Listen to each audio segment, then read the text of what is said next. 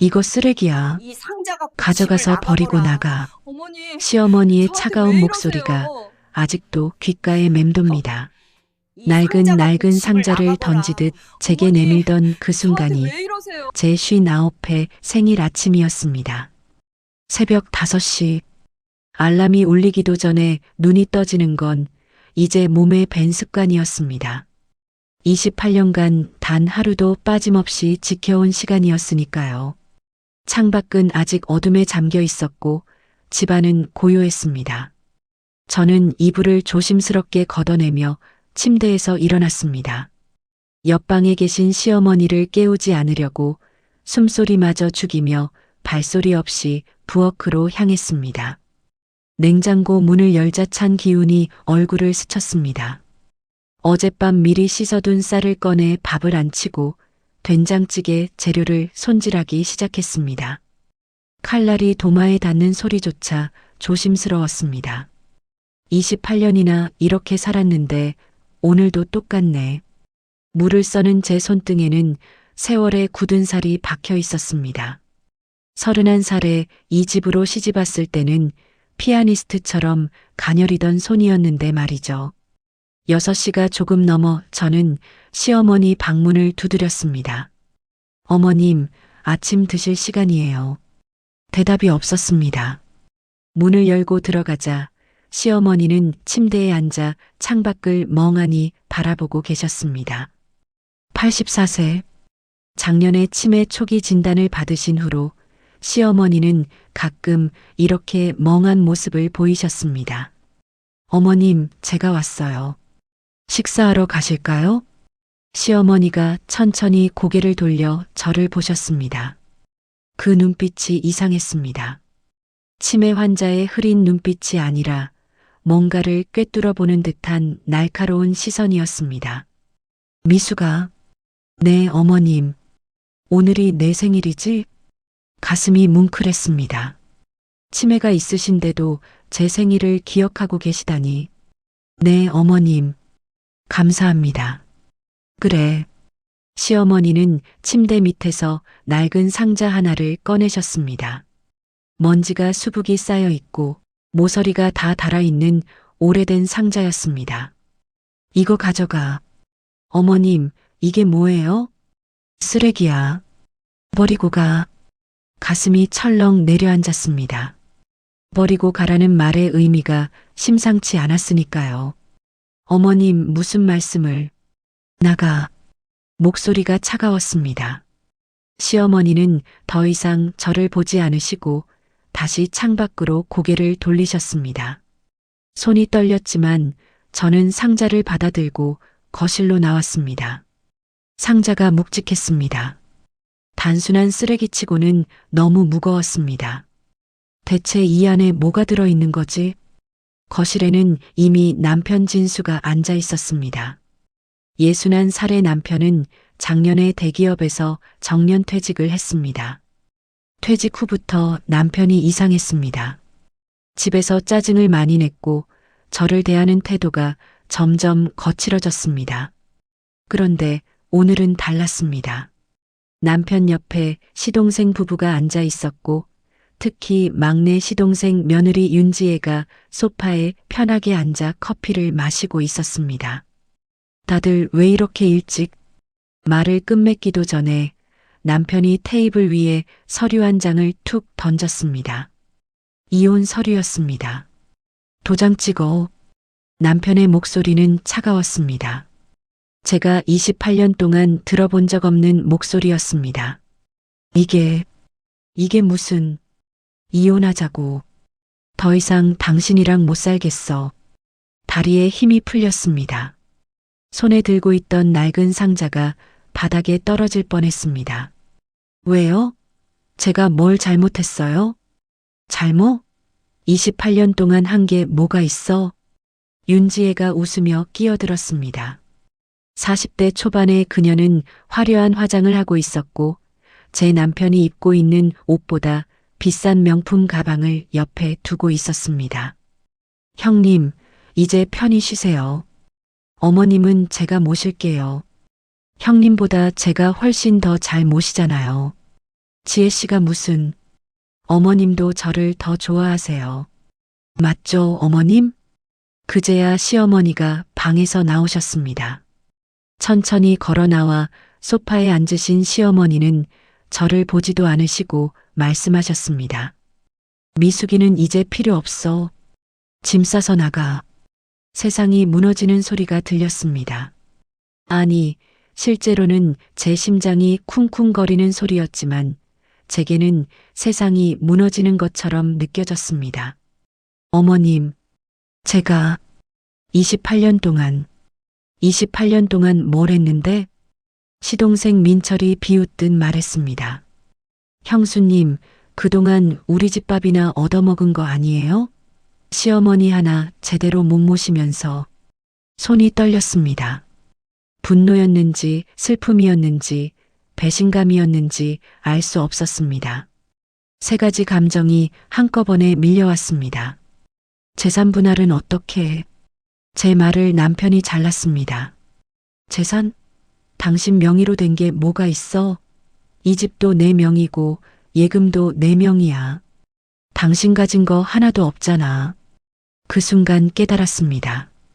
28년 동안 아무것도 제 이름으로 만들지 않았다는 것을, 모든 것이 남편 명의였고 저는 그저 이 집에서 일만 하던 사람이었다는 것을. 자, 도장 찍고 오늘 안으로 나가요. 짐은 이미 싸뒀어요. 윤지혜가 제 방을 가리켰습니다. 제 방 앞에는 정말로 캐리어 하나가 놓여 있었습니다. 내 28년이 저 캐리어 하나인가? 떨리는 손으로 도장을 찍었습니다. 더 이상 버틸 힘이 없었습니다. 서류에 도장이 찍히는 순간 윤지혜가 환하게 웃었습니다. 이제부터 제가 이 집 안주인이에요. 형님은 이제 편히 쉬세요. 캐리어를 끌고 시어머니가 주신 낡은 상자를 들고 현관문을 나섰습니다. 뒤돌아보니 그들이 거실에 앉아 웃고 있었습니다. 드디어 나갔네.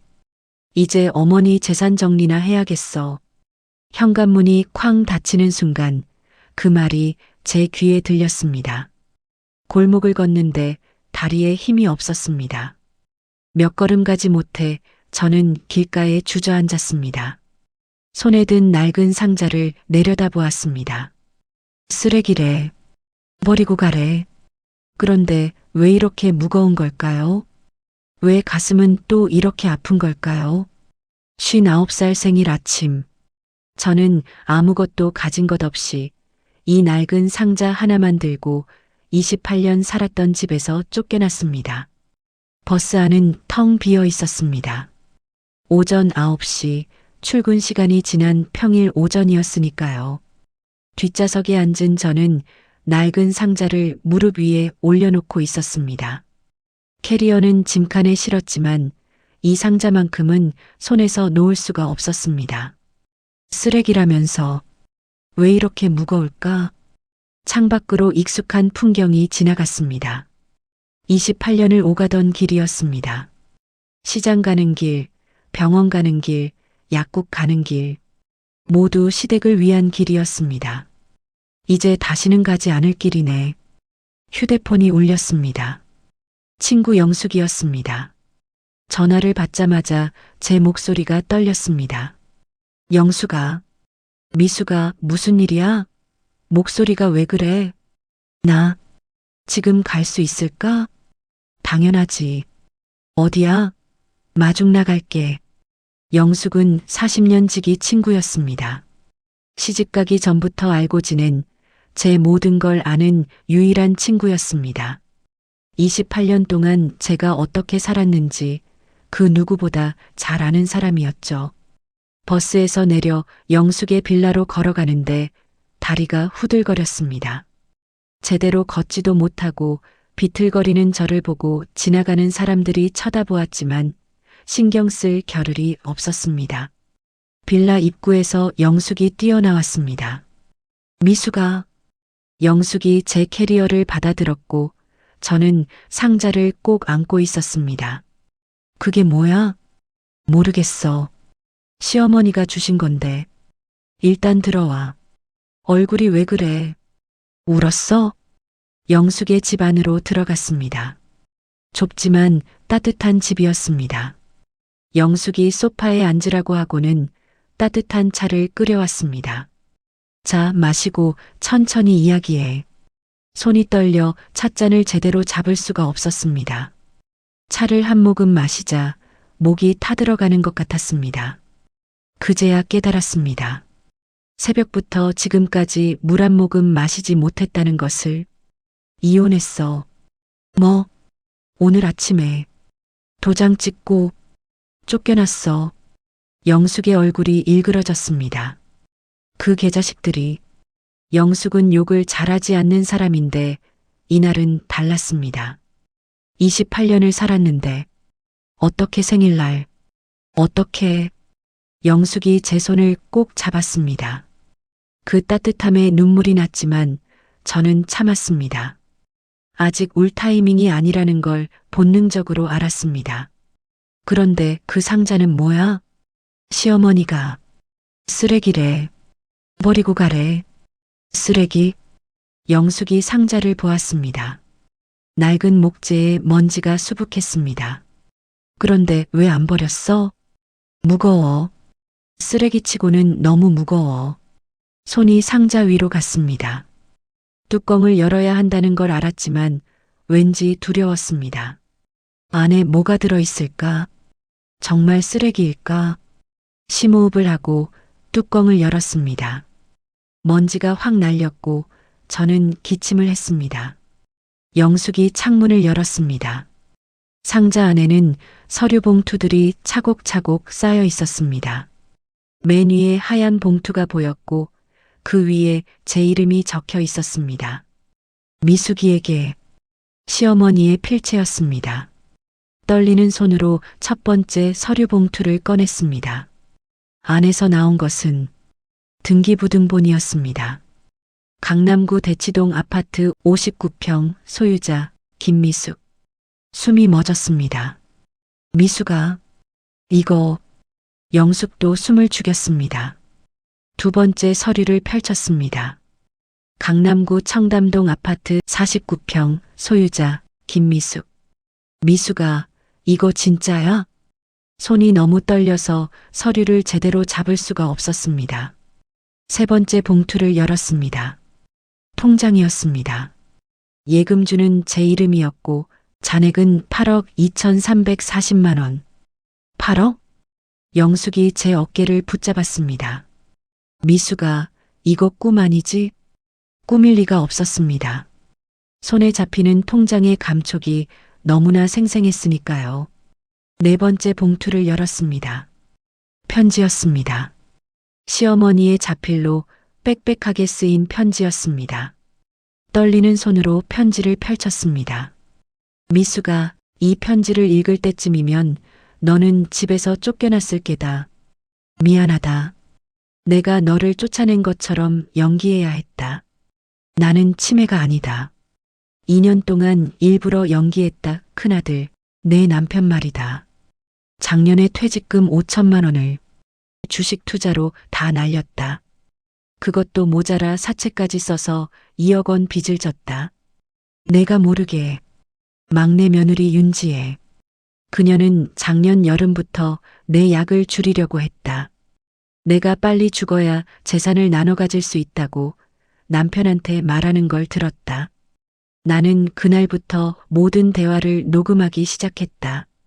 1년 넘게 어머님, 약 좀 줄이면 안 될까요? 너무 오래 사시면. 이게 그년이 한 말이다. 미숙이 명의는 하나도 없으니까 이혼하면 집이고 뭐고 다 내가 갖는 거지. 이게 내 남편이 동생한테 한 말이다.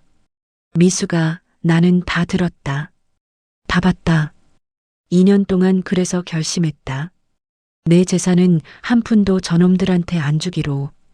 2년 전부터 조금씩 내 이름으로 옮겼다. 아파트 2채, 예금 8억 전부 내 거다. 등기는 이미 끝났다.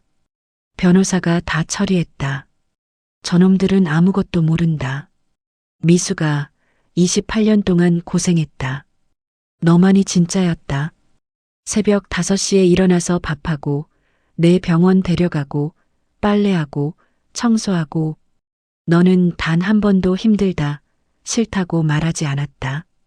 그게 당연한 게 아니었는데 나는 그걸 너무 늦게 깨달았다. 상자 맨 밑에 USB가 있다. 거기에 모든 녹음 파일이 들어있다. 변호사 명함도 있다. 그 사람이 모든 증거를 가지고 있다. 저놈들이 재산 달라고 하면 소송 걸면 그때 사용해라. 나는 다음 주에 요양원에 들어간다. 내 선택이다. 너는 절대 이 집에 돌아오지 마라. 그리고 내 인생을 살아라. 이제부터는 고맙다, 미수가. 너는 내 딸보다 나은 사람이었다. 시어머니 박순자. 편지가 손에서 떨어졌습니다. 그리고 저는 28년 만에 처음으로 소리내어 울었습니다. 어머니, 영숙이가 저를 안아주었습니다. 저는 영숙의 품에서 아이처럼 울었습니다. 28년 동안 참았던 모든 것들이 터져 나왔습니다. 새벽 5시에 일어나던 날들, 차가운 말을 들어도 참던 날들, 수고했다는 말 한마디 듣고 싶었던 날들, 제 이름이 불려지지 않던 날들, 모든 게 떠올랐고 모든 게 눈물이 되어 흘러내렸습니다. 얼마나 울었을까요? 울음이 멎었을 때 저는 상자 바닥을 보았습니다. 정말로 USB 하나와 명함 한 장이 놓여 있었습니다. 법무법인 정혜, 변호사 강민준. 영숙이 제 어깨를 두드렸습니다. 미수가, 이제 알겠어? 뭘? 할머니가 널 얼마나 사랑하셨는지. 저는 고개를 끄덕였습니다. 그리고 USB를 집어들었습니다. 어머니, 감사합니다. 이제 제가 할 일을 하겠습니다. 손에 쥔 USB가 따뜻했습니다. 아니, 제 손이 뜨거웠습니다. 28년 만에 처음으로 저는 제 인생의 주인이 된 것 같았습니다. 그날 밤 저는 잠을 이루지 못했습니다. 영숙의 집 작은 방에 누워 천장을 바라보며 생각했습니다. USB 안에는 대체 무엇이 녹음되어 있을까? 시어머니는 정말 2년 동안 모든 것을 계획하신 걸까? 어머니, 왜 그렇게까지 하셨어요? 새벽 4시, 습관처럼 눈이 떠졌습니다. 28년 동안 새벽 5시에 일어나던 몸이 이제는 알람 없이도 저절로 깨어났습니다. 하지만 오늘은 달랐습니다. 일어나서 밥을 지을 필요도 시어머니 수발을 들 필요도 없었습니다. 이제 내 시간이구나. 기쁜 건지 허전한 건지 알 수 없었습니다. 아침 8시 영숙이 깨어났습니다. 미수가 좀 잤어? 아니, 한숨도 못 잤어. 그럴 줄 알았어. 나도 마찬가지야. 영숙이 커피를 내려주었습니다. 커피를 마시며 저는 명함을 다시 꺼내보았습니다. 법무법인 정혜, 변호사 강민준. 오늘 전화해볼까? 당연하지. 빨리 전화해. 손이 떨렸지만 저는 번호를 눌렀습니다. 신호음이 3번 울린 후 차분한 남자 목소리가 들렸습니다. 여보세요. 법무법인 정희입니다. 저 김미숙이라고 합니다. 박순자 어르신께서 김미숙 씨시군요. 기다리고 있었습니다. 기다리고 있었다고요? 어르신께서 연락 오면 바로 연결해드리라고 하셨습니다. 오늘 오전에 시간 되십니까? 네, 가능합니다. 그럼 11시에 사무실로 오시죠. 주소는? 전화를 끊고 나니 손이 더 떨렸습니다. 정말 시작되는구나. 이제 진짜로. 오전 11시 강남역 근처의 법무법인 건물 앞에 섰습니다. 유리로 된 고층 건물이었습니다. 28년 동안 이런 곳에 와본 적이 없었습니다. 로비는 화려했고 사람들은 모두 정장을 입고 바쁘게 오가고 있었습니다. 나 같은 사람이 여기 와도 되는 걸까? 엘리베이터를 타고 15층으로 올라갔습니다. 문이 열리자 법무법인 정이라는 간판이 보였습니다. 리셉션 직원이 환하게 웃으며 맞아주었습니다. 김미숙 씨시죠? 변호사님이 기다리고 계십니다. 안내를 받아 회의실로 들어갔습니다. 넓은 유리창 너머로 강남이 내려다 보였습니다. 잠시 후 40대 초반으로 보이는 남자가 들어왔습니다. 안녕하세요. 강민준 변호사입니다. 안녕하세요. 악수를 나누고 앉았습니다. 변호사는 노트북을 열며 말했습니다. 박순자 어르신께서 2년 전부터 저를 선임하셨습니다. 모든 재산 이전 절차를 제가 진행했고요. 그럼 정말 다 제 명의로? 네. 아파트 2채는 2년 전에 증여가 완료됐고 예금은 1년 전부터 조금씩 옮기셨습니다. 모두 합법적인 절차였고 증여세도 모두 납부했습니다.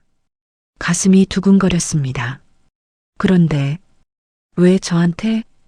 어르신께서 그러시더군요. 28년 동안 진짜 며느리는 미숙이 뿐이었다고. 눈물이 날 것 같았지만 참았습니다. USB를 가져오셨나요? 네, 여기. 떨리는 손으로 USB를 건넸습니다. 변호사가 노트북에 꽂았습니다. 이 안에는 약 1년 6개월간의 녹음 파일이 들어 있습니다. 어르신께서 거실과 부엌에 소형 녹음기를 설치하셨거든요. 화면에 파일 목록이 떴습니다. 날짜별로 정리된 수백 개의 파일이었습니다. 몇 개 들어보시겠습니까? 네. 변호사가 파일 하나를 클릭했습니다. 처음 들린 것은 윤지혜와 시동생의 목소리였습니다. 여보, 어머님 약 좀 줄일 수 없을까? 무슨 소리야? 너무 오래 사시잖아. 약값도 만만치 않고 빨리 돌아가셔야 우리가 재산이라도 받지. 그건 그렇지만 형수가 전부 가져갈 것 같아? 우리가 더 열심히 모셔야 해. 형수는 이제 쓸모없다고 하고. 숨이 막혔습니다. 저 여자가 정말? 변호사가 다른 파일을 열었습니다. 이번에는 남편 목소리였습니다. 민철아, 형수 이혼시키려고. 갑자기 왜? 재산 정리해야지. 미숙이 명의는 하나도 없어. 이혼하면 집도 예금도 다 내 거야. 어머니 재산도 내가 받으면 둘이 나눠 갖자. 형님, 그래도 28년을 같이 산 사이인데. 28년? 밥이나 얻어먹은 거지. 뭘. 내가 벌어다 먹여 살린 건데. 귀를 막고 싶었습니다. 하지만 들어야 했습니다. 변호사가 재생을 멈췄습니다. 이런 파일이 147개 있습니다. 147개나? 네. 어르신께서 매우 치밀하게 증거를 수집하셨습니다. 변호사가 서류 몇 장을 꺼냈습니다. 그리고 이건 어르신의 진단서입니다. 작년에 치매 초기로 진단받으셨죠? 네. 사실 그 진단은 어르신이 일부러 유도하신 겁니다. 제가 아는 정신과 의사를 통해 치매 증상을 연기하셨거든요. 연기를? 네. 실제로는 치매가 전혀 없으십니다. 이건 최근에 다른 병원에서 받은 진단서입니다. 정상이라고 나와 있습니다. 모든 것이 계획이었다는 겁니까? 왜 그렇게까지? 가족들의 본색을 확인하고 싶으셨던 거죠. 당신이 정말 재산 때문에 모시는 건지 아니면 진심인지. 변호사가 저를 똑바로 보았습니다. 김미숙 씨, 어르신께서 마지막으로 제게 하신 말씀이 있습니다. 뭐라고? 미숙이가 복수하고 싶어 하면 도와줘라. 저놈들이 한 짓을 세상에 알려줘라. 복수? 그 단어가 귓가에 맴돌았습니다. 법적으로 어떤 조치가 가능한가요? 물어보는 제 목소리가 낯설었습니다. 28년 동안 한 번도 써본 적 없는 단호한 목소리였습니다. 첫째, 노인학대입니다. 윤지혜 씨의 약물 관련 발언은 명백한 노인학대 시도입니다. 둘째, 사기입니다. 대개 남편은 당신 몰래 2억 원의 빚을 지고 어머니 재산으로 갚으려 했습니다. 셋째, 재산 분할 소송입니다. 이혼은 했지만 당신 명의의 재산은 이미 2년 전에 증여가 완료됐으므로 그들은 한 푼도 받을 수 없습니다. 변호사가 미소를 지었습니다. 그리고 이 모든 증거를 언론에 공개할 수도 있습니다. 28년 헌신한 며느리를 배신한 가족이라는 제목으로요. 언론 공개. 그 순간 떠올랐습니다. 남편의 얼굴이, 윤지혜의 얼굴이, 시동생의 얼굴이 세상이 알게 되면 저들은 김미숙 씨, 결정은 당신이 하셔야 합니다. 조용히 넘어갈 수도 있고 끝까지 싸울 수도 있습니다. 저는 창밖을 보았습니다. 강남의 빌딩들이 햇살에 반짝이고 있었습니다. 28년 새벽 5시에 일어나던 날들, 수고했다는 말 한마디 듣지 못한 날들, 제 이름이 불리지 않던 날들, 그리고 오늘 아침 28년 동안 밥이나 얻어먹었다는 그 말, 손을 꽉 쥐었습니다. 변호사님, 네, 끝까지 싸우고 싶습니다. 합법적으로 할 수 있는 모든 걸 다 하고 싶어요. 결정하신 거죠? 네. 더 이상은 당하고만 살지 않겠습니다. 변호사가 고개를 끄덕이며 서류를 펼쳤습니다. 좋습니다. 그럼 지금부터 시작하죠. 회의실을 나설 때 제 발걸음은 들어올 때와 달랐습니다. 28년 만에 처음으로 저는 싸울 준비가 된 사람처럼 걷고 있었습니다. 어머니, 지켜보세요. 제가 어머니께서 원하셨던 대로 하겠습니다. 엘리베이터 문이 닫히는 순간 유리에 비친 제 얼굴을 보았습니다. 28년 동안 보지 못했던 표정이었습니다. 분노도 아니고 슬픔도 아닌 단호함이었습니다. 변호사 사무실을 나온 후 일주일이 지났습니다. 그동안 저는 영숙의 집에 머물며 앞으로의 계획을 세웠습니다. 변호사는 법적 절차를 진행하고 있었고 저는 한 가지 결심을 했습니다. 시어머니를 뵙고 싶다는 것. 미수가 정말 갈 거야? 영숙이 걱정스러운 얼굴로 물었습니다. 응, 가야 해. 제대로 감사 인사도 못 드렸잖아. 그래도 요양원이면 혹시 그 사람들 마주치면 어떡하려고? 상관없어. 이제는 안 무서워. 거짓말이었습니다. 사실은 무서웠습니다. 하지만 가야만 했습니다. 실버타운 행복요양원이라는 간판이 보였습니다. 시어머니께서 계신 곳이었습니다. 변호사에게서 주소를 받았을 때 놀랐습니다. 강남의 고급 요양원이었으니까요. 로비에 들어서자 깨끗하고 화사한 분위기였습니다. 리셉션 직원에게 박순자 어르신을 찾는다고 했더니 직원이 환하게 웃으며 말했습니다. 아, 박순자 어르신 따님이시군요. 어르신이 기다리고 계세요. 3층 305호입니다. 따님. 그 단어가 가슴을 뭉클하게 했습니다. 엘리베이터를 타고 3층으로 올라갔습니다. 복도는 조용했고 어르신들이 산책하거나 휴게실에서 담소를 나누고 계셨습니다. 305호 앞에 섰습니다. 노크를 하려는데 손이 떨렸습니다. 어머니께서 정말 저를 기다리고 계실까? 똑똑. 문을 두드렸습니다. 들어와. 또렷한 목소리였습니다. 치매 환자의 목소리가 아니었습니다. 문을 열고 들어갔습니다. 햇살이 가득한 방이었습니다. 창가에 시어머니가 앉아 계셨습니다. 책을 읽고 계셨는데 저를 보시더니 책을 내려놓으셨습니다. 어머님, 미수가 왔구나.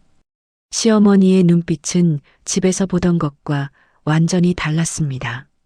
흐리고 멍한 눈빛이 아니라 맑고 또렷한 눈빛이었습니다. 저는 시어머니 앞에 무릎을 꿇고 앉았습니다. 어머님, 감사합니다. 정말 감사합니다. 눈물이 흘렀습니다. 참으려 했지만 참을 수 없었습니다. 울지 마. 나도 고마워. 시어머니가 제 머리를 쓰다듬어 주셨습니다. 28년 동안 단 한 번도 없었던 일이었습니다. 어머님, 왜 그렇게까지 하셨어요? 앉아라. 이야기해 줄게. 시어머니 옆 의자에 앉았습니다. 시어머니는 창밖을 보시며 천천히 말씀하셨습니다. 2년 전이었어. 우연히 윤지혜가 남편한테 하는 말을 들었지. 어머님 빨리 돌아가셔야 우리가 재산 받는다고. 그 말을 듣는 순간 내가 키운 자식들이 다 어떤 놈들인지 알고 싶어졌어. 시어머니의 목소리가 떨렸습니다. 그래서 치매 연기를 시작했어. 일부러 멍하니 있고 말도 더듬고 밥 먹은 걸 잊어버린 척하고. 힘드셨겠어요. 힘들었지. 근데 더 힘든 건 내 아들들이 정말로 나한테 관심이 없다는 걸 확인한 거였어. 시어머니가 저를 보셨습니다. 미수가, 너만 달랐어. 너만 진짜였어. 내가 밥 먹었다고 해도 다시 물어보고 약 챙겨주고 새벽에 화장실 가는 소리만 들려도 달려왔잖아. 당연한 일이에요. 당연하지 않아. 28년 동안 너한테 따뜻한 말 한마디 안 해줬는데 어떻게 그럴 수 있었어? 저는 고개를 숙였습니다. 어머님이 저한테 해주신 게 더 많아요. 저를 이렇게. 그래. 그래서 내 재산을 내 이름으로 옮겼어. 2년 동안 조금씩. 저놈들 몰래. 시어머니가 제 손을 꼭 잡으셨습니다. 미수가 변호사 만났지? 네. 모든 걸 들었어요. 녹음 파일도 들었고. 네. 그럼 이제 알겠지. 저놈들이 어떤 놈들인지. 저는 고개를 끄덕였습니다. 어머님, 왜 저한테 차갑게 대하셨어요? 집에서 나갈 때. 그래야 저놈들이 의심하지 않으니까. 내가 너한테 잘하면 혹시나 재산 넘긴 걸 눈치챌까봐. 시어머니의 눈에 눈물이 맺혔습니다. 미안하다. 쓰레기라고 한 것도 나가라고 한 것도 다 연기였어. 알아요. 이제 다 알아요. 두 사람은 한참을 손을 잡고 앉아 있었습니다. 밖에서 웃음소리가 들렸습니다. 복도를 지나가는 사람들의 소리였습니다. 어머님, 여기는 좋으세요? 응, 좋아. 저놈들 눈치 안 보고 살 수 있어서. 제가 자주 올게요. 고맙다. 근데 미수가. 시어머니가 심각한 표정을 지으셨습니다. 조심해. 저놈들이 가만히 있지 않을 거야.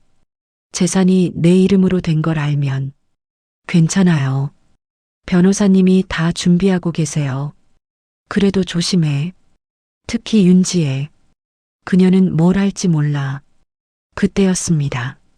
복도에서 익숙한 목소리가 들렸습니다. 어머님 계신 방이 305호라고요? 윤지혜였습니다. 시어머니와 저는 서로를 보았습니다. 시어머니가 재빨리 말씀하셨습니다. 미수가 화장실에 숨어. 네, 빨리. 아직 내가 여기 온 걸 들키면 안 돼. 저는 급하게 화장실로 들어갔습니다. 문을 살짝 열어두고 밖을 보았습니다. 바로 그때 방문이 벌컥 열렸습니다. 윤지혜가 들어왔습니다. 그런데 혼자가 아니었습니다. 시동생 민철도 함께였습니다. 어머님, 안녕하세요.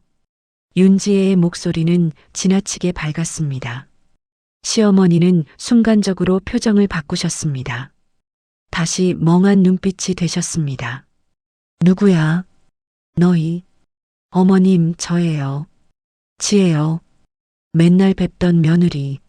며느리? 네. 어머님 모시러 왔어요. 요양원은 너무 답답하시잖아요. 집으로 모시고 가려고요. 집으로? 화장실 안에서 제 심장이 쿵쿵 뛰었습니다. 집? 나 여기 좋은데. 어머님, 집이 더 좋아요. 우리가 잘 모실게요. 시동생 민철이 거들었습니다. 어머니, 요양원비도 비싸잖아요. 집에서 우리가 모시는 게 나아요. 싫어. 나 여기 있을래. 시어머니가 고개를 저으셨습니다. 윤지혜의 얼굴이 일그러졌습니다. 어머님, 우리가 이렇게 찾아왔는데 왜 그러세요? 형수는 어디 갔어요? 요즘 형수 연락도 안 되던데. 시어머니는 대답하지 않으셨습니다. 여보, 어머님 모시고 가요. 그냥, 어머님 일어나세요.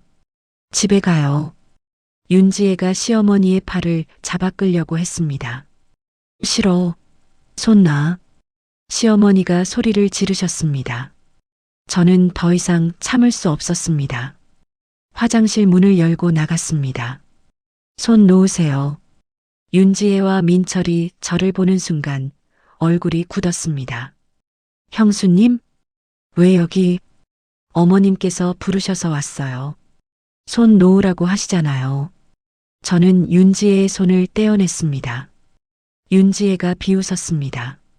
형님, 이혼했으면 남이잖아요. 왜 여기 와요? 어머님 보고 싶어서 왔는데 그게 문제예요? 문제죠. 형님은 이제 가족도 아닌데. 가족? 저는 윤지혜를 똑바로 보았습니다. 가족이 시어머니 팔을 잡아 끌어요? 집에 강제로 모셔가려고요? 우리가 모시겠다는데 뭐가 문제예요? 어머님이 싫다고 하잖아요. 시동생 민철이 끼어들었습니다. 형수님, 아니 김미숙 씨. 이제 남이니까 그냥 김미숙 씨라고 할게요. 우리 집안일에 끼어들지 마세요. 제 안에서 무언가가 끌어올랐습니다. 집안일? 28년 동안 제가 이 가족 위에 뭘 했는지 알아요? 알죠. 밥이나 얻어먹었죠. 그 순간 저는 웃음이 나왔습니다. 정말로 웃음이 나왔습니다. 그래요. 저는 28년 동안 밥만 얻어먹었어요. 그러니까 이제 당신들이 알아서 하세요. 뭐? 어머님은 제가 모실 거예요. 당신들은 가세요. 윤지혜의 얼굴이 빨개졌습니다. 무슨 권리로? 어머님이 원하시니까요. 시어머니가 제 손을 꼭 잡으셨습니다. 미수가, 고마워. 윤지혜와 민철은 어쩔 수 없다는 듯 방을 나갔습니다. 하지만 문 밖에서 윤지혜의 목소리가 들렸습니다. 두고 보자. 어머님 재산은 우리가 받을 거야. 문이 닫혔습니다. 시어머니가 한숨을 쉬셨습니다. 시작됐구나. 네, 어머님. 이제 진짜 전쟁이 시작됐어요. 저는 창밖을 보았습니다. 먹구름이 몰려오고 있었습니다. 요양원을 나온 후 저는 새로운 삶을 준비했습니다. 영숙이 소개해준 작은 상가를 임대했습니다. 10평 남짓한 공간이었지만 제게는 처음으로 제 이름으로 시작하는 가게였습니다. 미숙인의 반찬 가게. 간판을 달던 날 눈물이 났습니다. 59 인생에서 처음으로 제 이름이 간판에 걸린 날이었으니까요. 미수가 간판 예쁘다. 내 이름이 저렇게 빛나니까 좋네. 영숙이 제 어깨를 토닥여 주었습니다. 응, 나도 좋아. 처음이야. 내 이름이 이렇게 크게 쓰인 게. 가게 준비를 하며 저는 조금씩 웃음을 되찾았습니다. 28년 동안 시댁 부엌에서 갈고 닦은 솜씨로 김치를 담그고 장조림을 만들고 각종 나물을 무쳤습니다. 개업한 지 일주일. 동네 사람들이 하나둘 찾아왔고 입소문이 나기 시작했습니다. 사장님, 여기 김치 정말 맛있어요. 또 살게요. 감사합니다. 또 오세요. 사장님이라는 호칭이 낯설었지만 기분 좋았습니다. 그렇게 보름이 지났을 때였습니다. 오후 3시쯤 가게 전화가 울렸습니다. 여보세요. 미숙인의 반찬 가게입니다. 김미숙 씨, 강민준 변호사입니다. 변호사의 목소리가 들뜬 것 같았습니다. 변호사님, 무슨 일이세요? 오늘 오전에 법원 서류가 발송됐습니다. 서류요? 네. 재산 증여 확인서와 소유권 이전 완료 통지서입니다. 전 남편과 시동생 댁으로 발송했습니다. 심장이 쿵 내려앉았습니다. 그럼 이제 저들이 네, 모든 재산이 김미숙 씨 명의라는 걸 알게 됩니다. 오늘 오후쯤 서류를 받을 겁니다. 준비하세요. 연락이 올 겁니다. 전화를 끊고 나니 손이 떨렸습니다. 드디어 알게 되는구나. 오후 4시 휴대폰이 울렸습니다. 남편이었습니다. 받지 않았습니다. 다시 울렸습니다. 또 받지 않았습니다. 3번, 4번, 5번, 10번째 전화가 왔을 때 저는 전화를 받았습니다. 여보세요. 김미숙, 너 당장 나와. 남편의 목소리는 비명에 가까웠습니다. 무슨 일이세요? 무슨 일이냐고? 이게 뭐야? 이게 대체 뭐냐고? 뭐가요? 법원에서 온 서류. 어머니 아파트가 내 이름으로 되어 있다고? 예금도 내 이름이라고? 아, 그거요. 어머님께서 2년 전에 저한테 주셨어요. 전화기 너머로 무언가 깨지는 소리가 들렸습니다. 2년 전에? 말도 안 돼. 어머니 치매셨잖아. 아니에요. 어머님은 치매가 아니셨어요. 뭐? 치매 연기하신 거예요. 당신들 본색 보려고. 잠시 침묵이 흘렀습니다. 거짓말. 거짓말이지? 믿고 싶지 않으시겠지만 사실이에요. 당장 나와. 지금 당장 집으로 와. 왜요? 저 이제 남이잖아요. 2년이. 저는 전화를 끊었습니다. 손은 떨렸지만 마음은 이상하게 평온했습니다. 시작됐구나. 이제 진짜로. 오후 5시 가게 문이 벌컥 열렸습니다. 남편과 시동생 그리고 윤지혜가 들어왔습니다. 세 사람의 얼굴은 새하얗게 질려 있었습니다. 가게에 있던 손님들이 놀라 쳐다보았습니다. 김미숙, 당장 나와. 남편이 이를 갈며 말했습니다. 손님들 계신데 조용히 하세요. 손님? 지금 그게 중요해? 윤지혜가 카운터로 다가왔습니다. 형님, 이게 무슨 짓이에요? 어머님 재산을 혼자 다 가져가다니. 혼자 가져간 게 아니에요. 어머님께서 주신 거예요. 말도 안 돼. 어머님은 치매셨어요. 손님들이 수군거리기 시작했습니다. 여기서 이러지 말고 밖에 나가요. 저는 앞치마를 벗고 가게 밖으로 나갔습니다. 그들도 따라 나왔습니다. 골목길에서 남편이 소리쳤습니다. 재산 돌려놓으라고. 어떻게요? 증여는 이미 2년 전에 완료됐는걸요. 2년 전? 그때 어머니는 정신이 없으셨어. 아니에요. 정신 멀쩡하셨어요. 병원 진단서도 있어요. 시동생 민철이 제 팔을 잡았습니다. 형수님, 아니 김미숙 씨. 우리 좀 생각해줘요. 우리 빚이 얼마인 줄 알아요? 알아요. 3억이죠. 그럼 알면서 왜 이래요? 조금만 나눠줘요. 제 팔을 잡은 손에 힘이 들어갔습니다. 아팠지만 저는 표정을 바꾸지 않았습니다. 손 놓으세요. 안 나. 재산 줄 때까지 안 나. 그때 가게에서 영숙이 뛰어나왔습니다. 이 사람아, 손 놔. 영숙이 민철의 손을 뿌리쳤습니다. 당신은 누구야? 미숙이 친구야. 미숙이한테 손대지 마. 윤지혜가 울기 시작했습니다. 형님, 제발이요. 우리 애들 생각해서라도 조금만. 애들 생각은 왜 진작에 안 하셨어요? 시어머니 약 끊으려고 할 때는요? 윤지혜의 얼굴이 굳었습니다. 뭐라고요? 다 알아요. 녹음 파일 들었어요. 녹음 파일? 남편이 끼어들었습니다. 무슨 녹음 파일? 1년 6개월간 집안 대화 전부요. 미숙이 명의는 하나도 없으니까 이혼하면 다 내 거다. 이것도 녹음되어 있어요. 남편의 얼굴에서 핏기가 싹 가셨습니다. 어머니가 녹음을? 네. 치매 연기하시면서요. 당신들 본색 보려고. 시동생이 주저앉았습니다. 이럴 수가.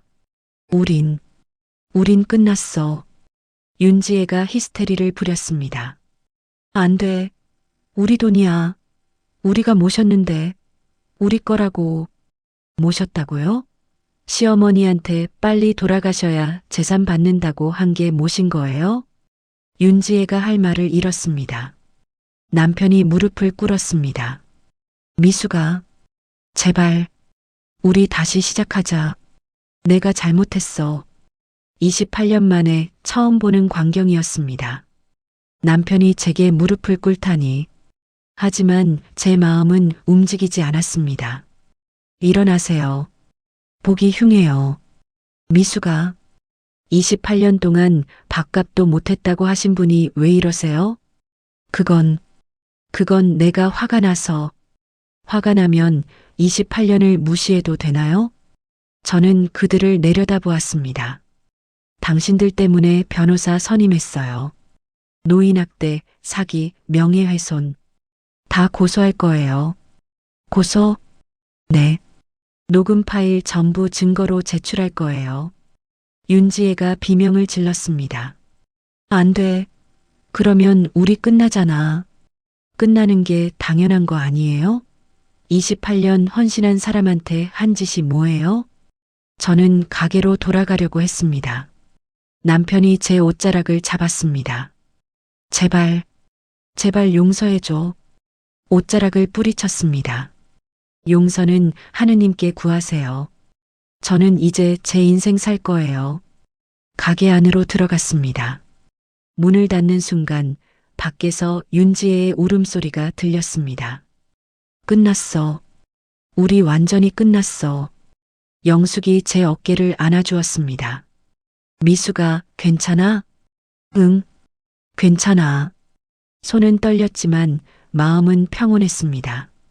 창밖을 보니 세 사람이 터덜터덜 걸어가고 있었습니다.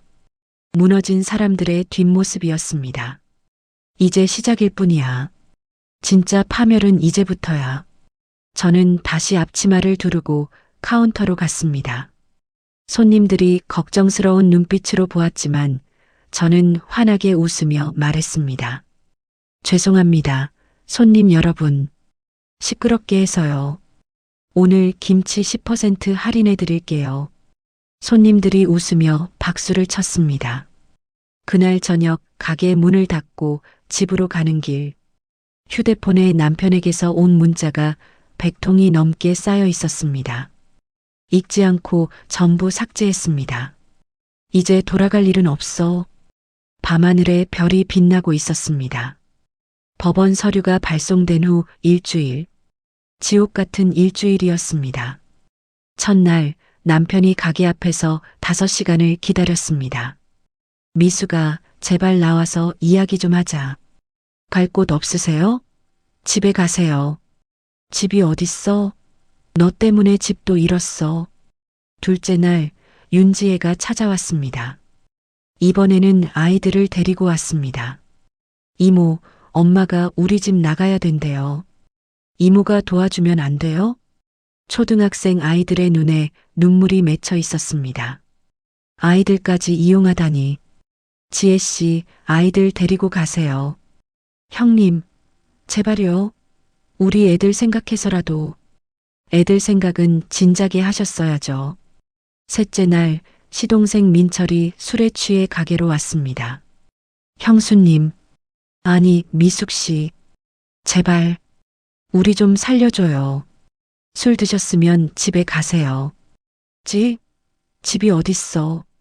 다음 주면 쫓겨나. 3억 빚 어떻게 갚아? 넷째 날 세 사람이 함께 왔습니다. 미수가 반만, 재산 반만 나눠줘. 안 돼요. 그럼 3분의 1이라도. 안 돼요. 4분의 1. 제발. 어머님께서 전부 저한테 주셨어요. 한 푼도 나눌 수 없어요. 다섯째 날부터는 더 심해졌습니다. 새벽 6시 가게 문 앞에 남편이 앉아 있었습니다. 영업 방해예요. 비켜주세요. 안 비켜. 재산 돌려줄 때까지 안 비켜. 경찰을 불렀습니다. 경찰이 와서 남편을 데려갔지만 2시간 후 다시 나타났습니다. 오전 10시 손님들이 반찬을 고르고 있을 때 윤지혜가 들어왔습니다. 여러분, 이 사람 조심하세요. 시어머니 재산 가로챈 사람이에요. 손님들이 놀라 쳐다보았습니다. 지혜 씨 나가세요. 안 나가. 다들 알아야 해. 이 사람이 어떤 사람인지. 결국 손님들이 불편해하며 가게를 나갔습니다. 영업을 못하겠어. 오후 3시 가게 앞에 시동생이 앉아서 소주를 마시기 시작했습니다. 내 인생 끝났어. 다 끝났어. 3억? 어떻게 갚아? 지나가던 사람들이 쳐다보았습니다. 민철 씨, 집에 가세요. 집이 어딨냐고. 다 당신 때문이야. 6째 날 더 충격적인 일이 벌어졌습니다. 영숙이 급하게 전화를 걸어왔습니다. 미수가 인터넷 봤어? 인터넷? 무슨? 포털 사이트 지역 게시판에 글이 올라왔어. 급하게 검색했습니다. 강남 아파트 2채를 가로챈 악독한 며느리의 실체. 글 내용은 충격적이었습니다. 저는 피해자의 아들입니다. 우리 어머니는 치매를 앓고 계셨는데 며느리가 어머니를 속여 재산을 전부 가로챘습니다. 28년 동안 우리 집에서 밥 얻어먹고 살다가 어머니가 정신없으실 때 재산을 몽땅 빼돌렸습니다. 이런 파렴치한 사람을 조심하세요. 밑에 댓글이 수십 개 달려 있었습니다. 에휴, 요즘 며느리들 무섭네요. 28년 밥 먹여줬으면 은혜를 알아야지. 재산 노리고 시집 갔나 보네. 손이 떨렸습니다. 이럴 수가. 변호사에게 전화했습니다. 변호사님, 인터넷에 거짓글이. 봤습니다. 명예훼손으로 추가 고소하죠. 하지만 이미 많은 사람들이 봤어요. 괜찮습니다. 진실은 법정에서 밝혀집니다. 하지만 괜찮지 않았습니다. 가게 매출이 절반으로 떨어졌습니다. 단골 손님들도 발길을 끊었습니다. 인터넷 글 때문이었습니다. 오전 11시 가게에 손님이 한 명도 없었습니다. 텅 빈 가게에 혼자 앉아 있는데 문이 열렸습니다. 남편과 윤지혜, 민철이 함께 들어왔습니다. 어때? 장사 안 되지? 남편이 비웃었습니다. 우리가 인터넷에 글 올린 거야. 앞으로 계속 올릴 거고. 그게 협박인 줄 아세요? 협박? 사실을 말한 것뿐이야. 윤지혜가 거들었습니다. 형님, 지금이라도 늦지 않았어요. 재산 나눠줘요. 그럼 글 다 지울게요. 안 돼요. 그럼 계속 괴롭힐 거예요. 매일매일. 민철이 카운터에 손을 탁 쳤습니다. 이 가게도 문 닫게 만들 거야. 당신 인생 완전히 망가뜨릴 거라고. 제 안에서 무언가가 무너져 내렸습니다. 나가세요. 제발. 나가세요. 안 나가. 재산 돌려줄 때까지. 그때 영숙이 들어왔습니다. 나가. 당장 나가. 당신은 누구야? 또. 경찰 불러. 미수가 경찰 불러. 경찰이 오자 그들은 마지못해 나갔습니다. 하지만 가게 앞 골목에서 떠나지 않았습니다. 그날 저녁 가게 문을 닫았습니다. 하루 매출이 3만 원이었습니다. 평소의 10분의 1이었습니다. 영숙과 함께 가게를 정리하며 눈물이 났습니다. 미수가, 영숙아, 나 잘하고 있는 거 맞아? 당연하지. 넌 잘못한 게 하나도 없어. 근데 왜 이렇게 힘들어? 차라리 재산 포기하고 조용히 살까? 미수가, 영숙이 제 어깨를 잡았습니다. 지금 포기하면 어떻게 돼? 저놈들이 이기는 거야. 그게 내가 원하는 거야? 아니지만 할머니께서 널 위해 2년 동안 준비하셨어. 그걸 헛되이 할 거야? 고개를 저었습니다. 조금만 더 버텨. 법정에서 진실이 밝혀지면 달라질 거야. 근데 그때까지 이렇게 괴롭히면 휴대폰이 울렸습니다. 모르는 번호였습니다. 받자마자 남자 목소리가 들렸습니다. 김미숙 씨죠? 채권 추심업체입니다. 최진수 씨 빚 3억 원에 대해 저는 이혼했어요. 상관없어요. 연대보증 서 있으시잖아요. 뭐라고요? 5년 전에 서명하신 연대보증서 있습니다. 확인 안 하셨어요? 다리에 힘이 풀렸습니다. 5년 전, 그때 남편이 사업 자금 필요하다고 내일까지 갚지 않으시면 법적 조치 들어갑니다. 전화가 끊어졌습니다. 바닥에 주저앉았습니다. 미수가, 무슨 일이야? 연대보증. 5년 전에 내가 연대보증을. 영숙이 휴대폰을 빼앗아 통화 내역을 확인했습니다. 진짜 추심업체네. 미수가, 이거 변호사님한테 바로 연락해야 해. 영수가, 나 이제 어떡해. 28년을 참고 살았습니다. 새 삶을 시작하려 했습니다. 그런데 왜 이렇게 힘든 걸까요? 가게 바닥에 앉아 한참을 울었습니다. 창밖으로 남편과 윤지혜가 보였습니다. 골목 모퉁이에서 이쪽을 지켜보고 있었습니다. 끝까지 버틸 수 있을까? 정말 이길 수 있을까? 그때 휴대폰이 다시 울렸습니다. 변호사였습니다.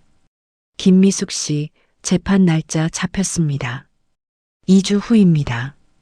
2주 후. 그때까지만 버티세요. 모든 증거가 법정에서 공개됩니다. 네. 그리고 연대보증건은 제가 확인해 보겠습니다. 너무 걱정하지 마세요. 전화를 끊고 창밖을 보았습니다. 남편과 윤지혜가 여전히 서 있었습니다. 2주만 버티면 돼. 손을 꽉 쥐었습니다. 어머니, 힘주세요. 조금만 더 버틸 수 있게. 영숙이 제 손을 잡아주었습니다. 미수가, 혼자 아니야. 내가 있잖아. 고마워, 영숙아. 2주 후면 끝나. 조금만 더 버티자. 고개를 끄덕였습니다. 하지만 마음 한구석은 여전히 불안했습니다. 정말 이길 수 있을까? 재판 당일 아침, 거울을 보니 낯선 제가 있었습니다. 검은색 정장을 입고 머리를 단정하게 올린 59살의 여자. 28년 동안 한 번도 입어본 적 없는 옷이었습니다. 미수가 준비됐어? 영숙이 물었습니다. 응, 떨리지만 괜찮아. 거짓말이었습니다. 심장이 터질 것처럼 뛰고 있었습니다. 법원으로 가는 택시 안에서 영숙이 제 손을 꼭 잡아주었습니다. 오늘이 마지막이야. 오늘만 지나면 끝나. 응, 정말 끝날 수 있을까? 서울 가정법원 9시 50분 법정 앞 복도에 섰습니다. 반대편에 남편과 윤지혜, 민철이 변호사와 함께 서 있었습니다. 그들의 얼굴은 초췌했습니다. 2주 동안 많이 힘들었던 모양이었습니다. 남편과 눈이 마주쳤습니다. 남편이 입술을 달싹였습니다. 뭔가 말하려는 듯 했지만 저는 시선을 돌렸습니다. 더 이상 할 말 없어요. 10시. 법정 문이 열렸습니다. 판사가 입장하고 방청석에는 사람들이 가득 앉았습니다. 이혼 소송인데도 방청객이 많았습니다. 인터넷 글 때문에 관심이 커진 탓이었습니다. 재판을 시작하겠습니다. 사건 번호 2025가단. 판사의 목소리가 울렸습니다. 원고 측 주장하십시오. 남편 측 변호사가 일어섰습니다. 50대 중반의 남자였습니다. 재판장님, 피고 김미숙은 치매를 앓던 시어머니 박순자 씨를 속여 재산을 가로챘습니다. 증여 당시 박순자 씨는 치매 초기로 판단 능력이 없었습니다. 증거가 있습니까? 네. 병원 진단서입니다. 변호사가 서류를 제출했습니다. 판사가 서류를 검토했습니다. 작년 3월 진단서입니다. 경도 치매로 나와 있군요. 그렇습니다. 따라서 2년 전 증여는 무효입니다. 강민준 변호사가 일어섰습니다. 재판장님, 반대 신문하겠습니다. 하십시오. 증여일은 2년 전 1월입니다. 진단서는 작년 3월입니다. 시기가 1년 이상 차이 납니다. 치매는 진단 전부터 진행됩니다. 의학적 상식입니다. 그렇다면 증여 당시 치매였다는 증거가 있습니까? 상대 변호사가 대답하지 못했습니다. 없으시면 다음 증거 제시하십시오. 상대 변호사가 다른 서류를 꺼냈습니다. 재판장님, 피고는 28년 동안 원고 가족의 돈으로 생활했습니다. 경제적 기여도가 전혀 없습니다. 방청석에서 웅성거림이 들렸습니다. 가슴이 답답했습니다. 28년이 경제적 기여도가 없다고? 강민준 변호사가 다시 일어섰습니다. 재판장님, 가사노동의 경제적 가치를 무시하는 발언입니다. 28년간의 가사노동, 간병, 육아를 금액으로 환산하면 수억 원에 달합니다. 이해 있습니다. 그건 며느리의 당연한 의무입니다. 상대 변호사가 소리쳤습니다. 당연한 의무라고요? 강민준 변호사의 목소리가 낮아졌습니다. 그렇다면 증거를 제시하겠습니다. 재판장님, USB 재생을 신청합니다. 판사가 고개를 끄덕였습니다. 허가합니다. 법정에 스크린이 내려왔습니다. 심장이 쿵쿵 뛰었습니다. 드디어 모든 게 밝혀지는구나. 강민준 변호사가 USB를 연결했습니다.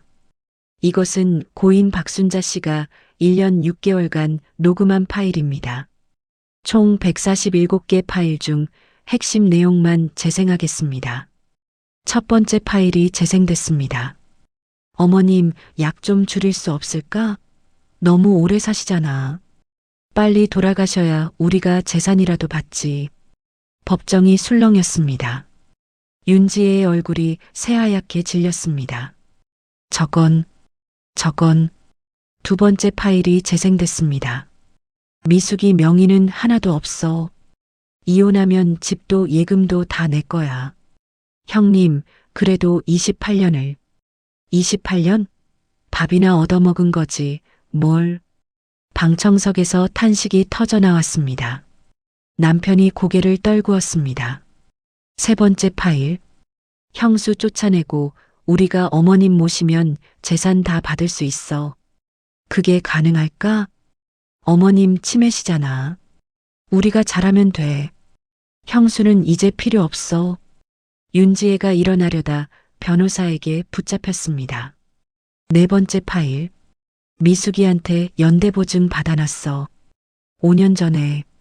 형수님이 알아? 모르지. 그냥 사인할에서 했을 거야. 내 빚 떠넘기면 되지. 저는 손으로 입을 막았습니다. 알면서 속인 거였어. 다섯 번째 파일.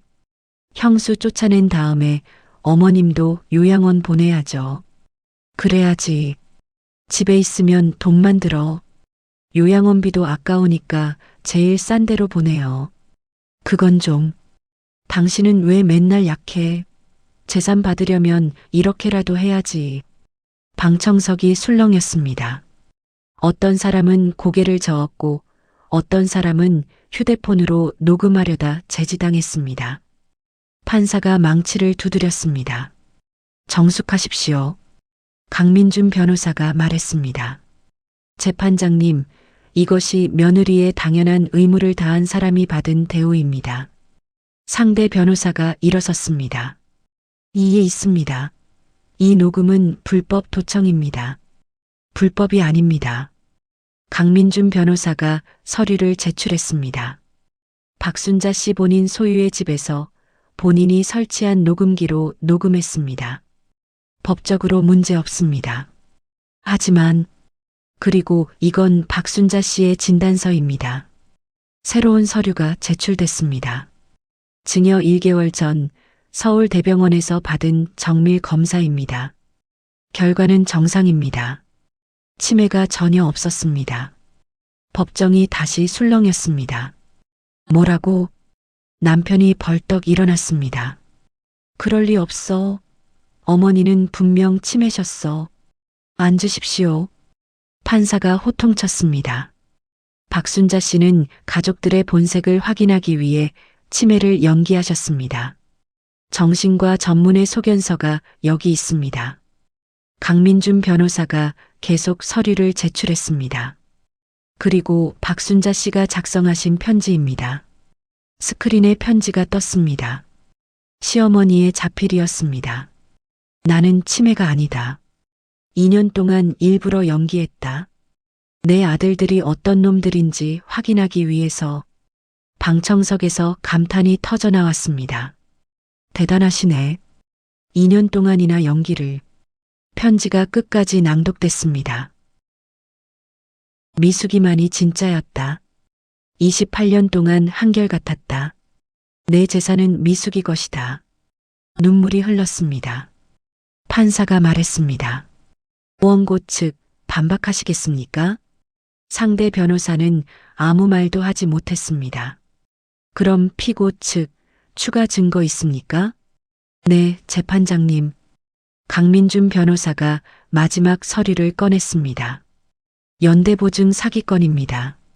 원고 최진수는 5년 전 피고에게 회사 서류라고 속여 연대보증서에 서명하게 했습니다.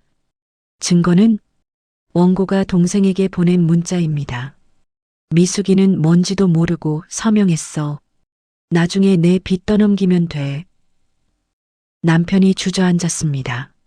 아니, 그건 그리고 노인학대 건입니다. 윤지혜 씨는 박순자 씨의 약을 임의로 줄이려 시도했습니다. 약사의 증언도 있습니다. 윤지혜가 울기 시작했습니다. 저는 그냥. 판사가 망치를 쳤습니다. 이상으로 증거조사를 마치겠습니다. 잠시 침묵이 흘렀습니다. 판사가 서류를 정리하며 말했습니다. 판결은 일주일 후에 선고하겠습니다만. 판사가 남편 측을 보았습니다. 원고 측에게 미리 말씀드립니다. 승소 가능성은 전혀 없습니다. 오히려 노인학대, 사기, 명예훼손으로 형사 고발될 가능성이 높습니다. 남편이 완전히 무너졌습니다. 윤지혜는 바닥에 주저앉아 울고 있었고 민철은 멍한 표정으로 앉아 있었습니다. 다음 주 같은 시간에 선고하겠습니다. 법정을 나섰습니다. 복도에 나오자 기자들이 몰려들었습니다. 김미숙 씨, 한 말씀 해주시죠. 28년간의 심경이 어떠십니까? 시어머니께서 2년 동안 연기하신 걸 알고 계셨나요? 강민준 변호사가 기자들을 막아섰습니다. 질문은 나중에 받겠습니다. 그때 뒤에서 남편의 목소리가 들렸습니다. 미숙아. 돌아보니 남편이 무릎을 꿇고 있었습니다. 카메라 플래시가 터졌습니다. 제발 용서해줘. 내가 미쳤었어. 윤지혜도 기어왔습니다. 형님, 살려주세요. 우리 애들 생각해서라도. 민철은 벽에 기대서서 하늘을 보고 있었습니다. 저는 그들을 내려다보았습니다. 28년. 새벽 5시에 일어나던 날들. 차가운 말을 들으며 참던 날들. 제 이름이 불리지 않던 날들. 모든 게 스쳐갔습니다. 이제 끝이에요. 미숙아. 28년은 당신들에게 밥이나 얻어먹은 것이었죠. 그럼 이제 그 대가를 치르세요. 돌아서서 걸어갔습니다. 뒤에서 울음소리가 들렸지만 돌아보지 않았습니다. 엘리베이터 문이 닫히는 순간 영숙이 제 손을 꼭 잡았습니다. 미숙아, 이겼어. 넌 이긴 거야. 응. 이겼어. 눈물이 흘렀습니다. 분노의 눈물도 슬픔의 눈물도 아니었습니다. 해방의 눈물이었습니다. 판결문이 낭독되던 날을 잊을 수 없습니다. 원고의 청구를 전부 기각합니다. 판사의 목소리가 법정에 울렸습니다. 피고 김미숙에게 증여된 재산은 모두 합법적이며 증여 당시 박순자 씨는 온전한 판단 능력을 가지고 있었습니다. 남편은 고개를 떨구었고 윤지혜는 소리 없이 울고 있었습니다. 추가로 원고 최진수는 연대보증 사기로 형사 고발 대상이며 윤지혜는 노인학대 방조 혐의로 수사 의뢰합니다. 또한 인터넷 허위사실 유포 및 명예훼손으로 피고에게 각각 5천만 원씩 배상하라. 윤지혜가 비명을 질렀습니다. 5천만 원? 그런 돈 어디 있어요? 판사가 차갑게 말했습니다. 그것은 법원이 관여할 일이 아닙니다. 법원을 나서는데 기자들이 몰려들었습니다. 김미숙 씨, 승소 소감 한 말씀. 강민준 변호사가 제 옆에 섰습니다. 간단히 말씀하시죠. 저는 카메라를 보았습니다. 28년은 밥이나 얻어먹은 것이 아니었습니다. 사랑이었고 헌신이었고 제 인생이었습니다. 플래시가 터졌습니다. 시어머니께서는 그걸 알아주셨어요. 그것만으로 충분합니다. 그날 저녁 뉴스에 우리 이야기가 나왔습니다. 28년 헌신한 며느리, 시어머니의 사랑으로 정의를 되찾다. 인터넷은 뒤집어졌습니다. 이전에 저를 비난하던 댓글들은 모두 삭제되고 새로운 댓글들이 달렸습니다. 며느리가 아니라 딸이었네요. 시어머니 정말 대단하시다. 2년 동안 연기하시다니. 저런 가족들 완전히 망해야 해. 마지막 댓글처럼 그들은 정말로 망했습니다. 판결 일주일 후 남편에게서 문자가 왔습니다. 미수가 집에서 쫓겨났다. 갈 곳이 없다. 제발 도와줘. 삭제했습니다. 윤지혜에게서도 문자가 왔습니다. 형님, 남편이 저한테 이혼하재요. 애들이 학교에서 왕따 당해요. 제발이요. 삭제했습니다. 민철에게서도 왔습니다. 형수님, 채권자들이 매일 찾아와요. 집 압류됐어요. 아내가 애들 데리고 친정 갔어요. 이것도 삭제했습니다. 이제 내 인생이 아니야. 한 달 후 영숙이 신문 기사를 보여줬습니다. 노인학대 혐의 윤지혜, 집행유예 선고, 연대보증 사기 최진수, 징역 1년 실형. 남편은 교도소에 갔고 윤지혜는 집행유예를 받았지만 사회에서 완전히 매장됐습니다. 동네 맘카페에 윤지혜의 신상이 퍼졌고 아이들은 전학을 가야 했습니다. 민철은 파산 신청을 했고 가족들은 뿔뿔이 흩어졌습니다. 저는 그 기사를 읽으며 아무 감정도 느끼지 못했습니다. 동정도 죄책감도 없었습니다. 스스로 선택한 길이니까. 2달 후 저는 요양원을 찾았습니다. 시어머니께 판결 소식을 전하러 갔습니다. 어머님 이겼어요. 시어머니는 햇살 가득한 창가에 앉아 계셨습니다. 예전보다 더 건강해 보이셨습니다. 그래, 미수가. 내가 믿었어. 어머님 덕분이에요. 어머님이 준비해 주신 것들이 없었으면. 아니야. 내가 28년을 견뎌낸 거야. 그게 가장 큰 증거였어. 시어머니가 제 손을 잡으셨습니다. 미수가, 이제 정말 내 인생 살아라. 누구 눈치 보지 말고. 네, 어머님. 그리고 시어머니가 잠시 말을 멈추셨습니다. 미안하다. 28년 동안 따뜻한 말 한마디 못 해줘서. 아니에요, 어머님. 이렇게 해주신 것만으로도. 아니야. 미안해. 그리고 고마워. 두 사람은 한참을 손을 잡고 있었습니다. 창밖으로 가을 햇살이 쏟아지고 있었습니다.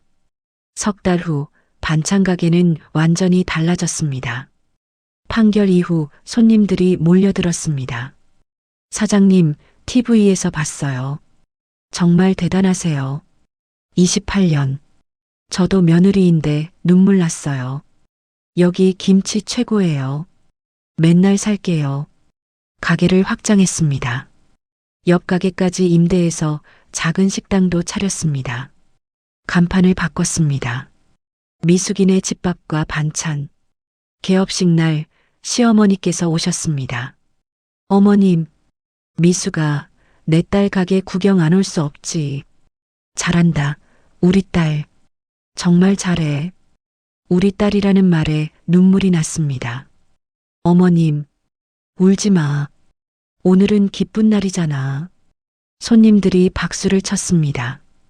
6개월 후 예상치 못한 손님이 찾아왔습니다. 민철이었습니다. 파산 이후 지방으로 내려갔다는 소식을 들었는데 서울에 올라온 모양이었습니다. 초췌한 얼굴이었습니다. 형수님, 뭐 드시겠어요? 냉정하게 물었습니다. 아니, 그게 아니라 사과하러 왔어요. 정말 죄송했습니다. 제가 미쳤었어요. 형수님한테, 어머니한테. 민철이 고개를 숙였습니다.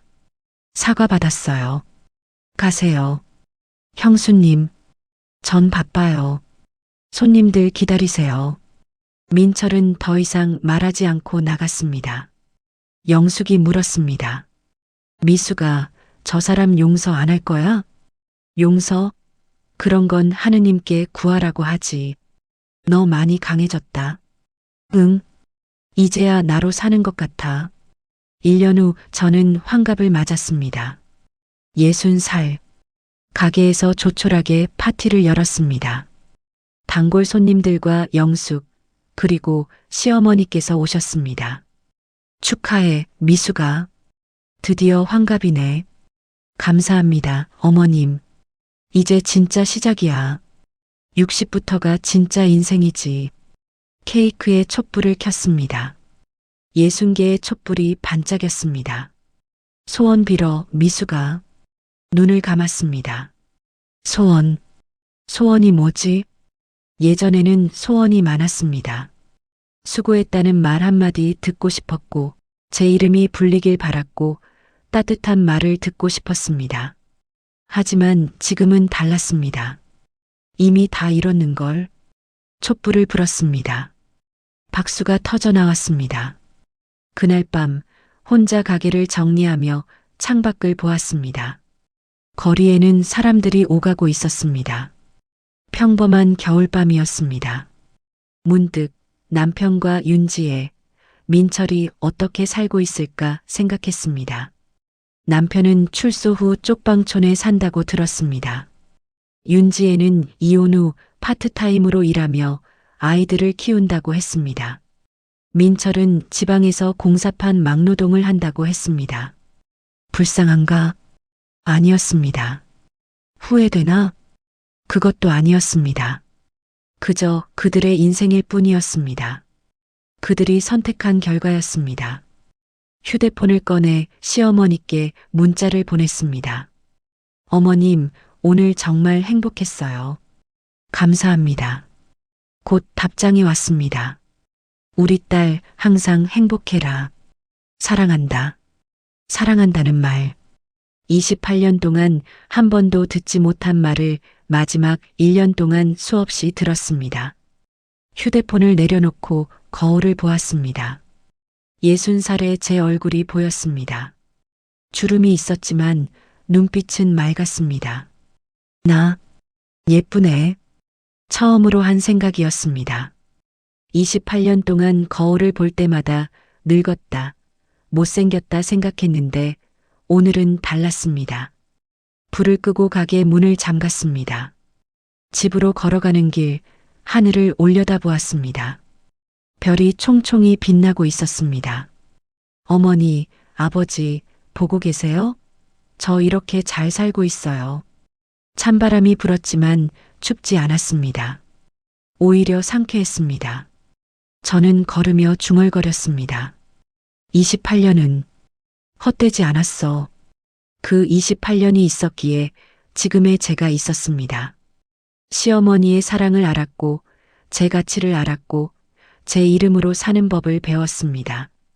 집에 도착해 불을 켰습니다. 작지만 따뜻한 제 집이었습니다. 소파에 앉아 차를 한 잔 마셨습니다. 평화로웠습니다. 28년 만에 처음으로 진짜 평화였습니다. 창밖으로 첫눈이 내리기 시작했습니다. 저는 창가에 서서 눈을 바라보았습니다. 새로운 시작이구나. 59에 시작된 제 인생. 이제 60. 앞으로 얼마나 더 살지 모르지만 남은 인생은 온전히 제 것이었습니다. 눈송이가 창문에 닿았다 녹아내렸습니다. 저는 미소를 지었습니다. 28년 동안 잃어버렸던 미소였습니다.